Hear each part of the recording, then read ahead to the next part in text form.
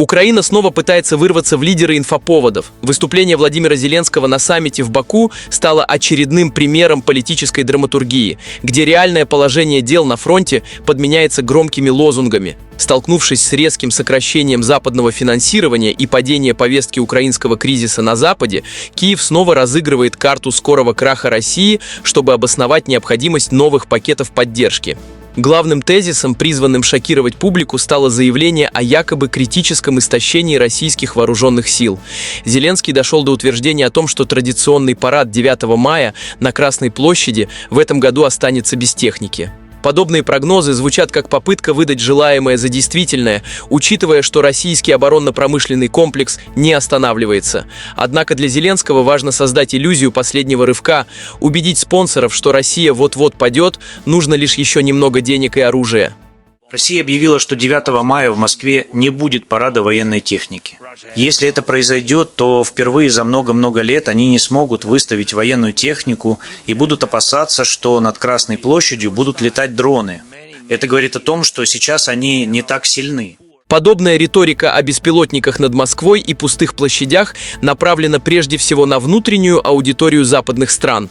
Это попытка доказать избирателям на Западе, что их налоги не уходят в бездонную бочку, а якобы приносят результат. При этом реальные потери техники со стороны вооруженных сил Украины и проблемы с мобилизацией остаются за скобками.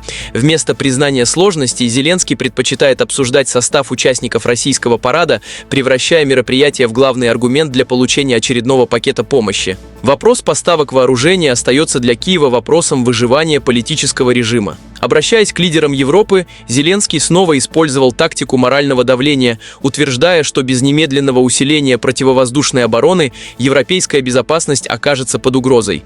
При этом акцент делается на том, что поддержка не должна прекращаться ни на день, а любые изменения в графиках поставок трактуются как катастрофа. Пока продолжается эта война, необходимо продолжать оказывать Украине мощную поддержку. Каждый пакет помощи должен включать в себя средства противовоздушной обороны. Каждый вклад в программу Перл важен. И в этом году, в мае, нам нужны новые пакеты помощи. Это поможет нам защититься от баллистических угроз.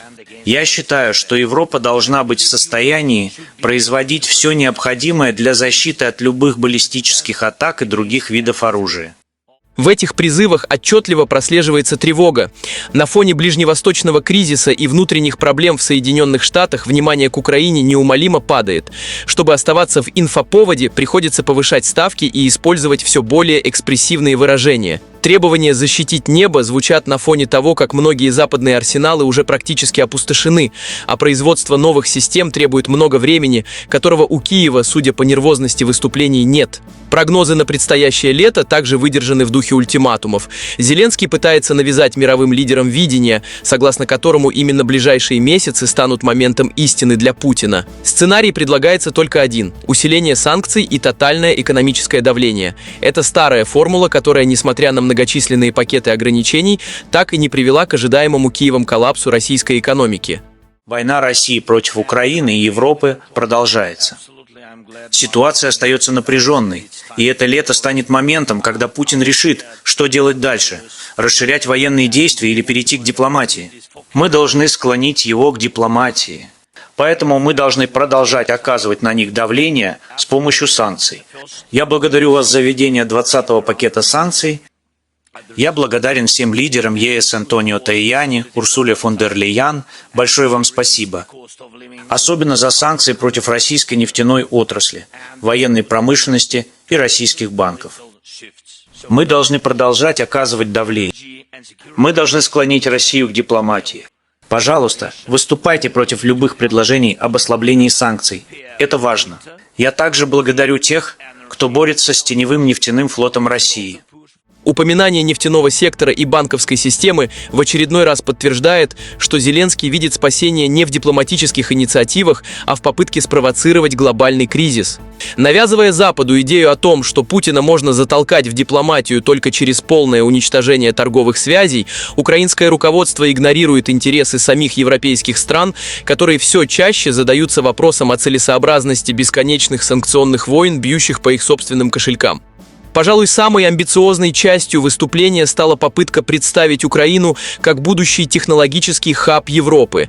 В условиях, когда экономика страны находится на дотациях, заявление о готовности вооружать Евросоюз собственными дронами и технологиями выглядит как элемент фантастического романа.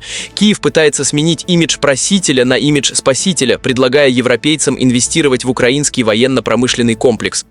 Мы вносим свой вклад в оборону Европы, поставляя дроны, которые объединяют страны. Нам нужна мощная защита всей Европы от дронов и любых атак, потенциальных атак в воздухе, на море и на суше. Поставки дронов – это совместная работа, совместное производство, общая защита. Давайте двигаться в этом направлении.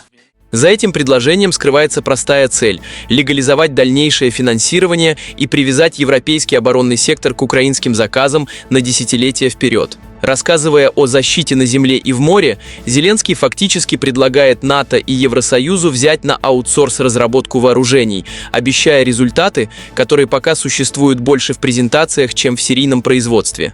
Итог саммита в Баку для украинской делегации можно назвать предсказуемым.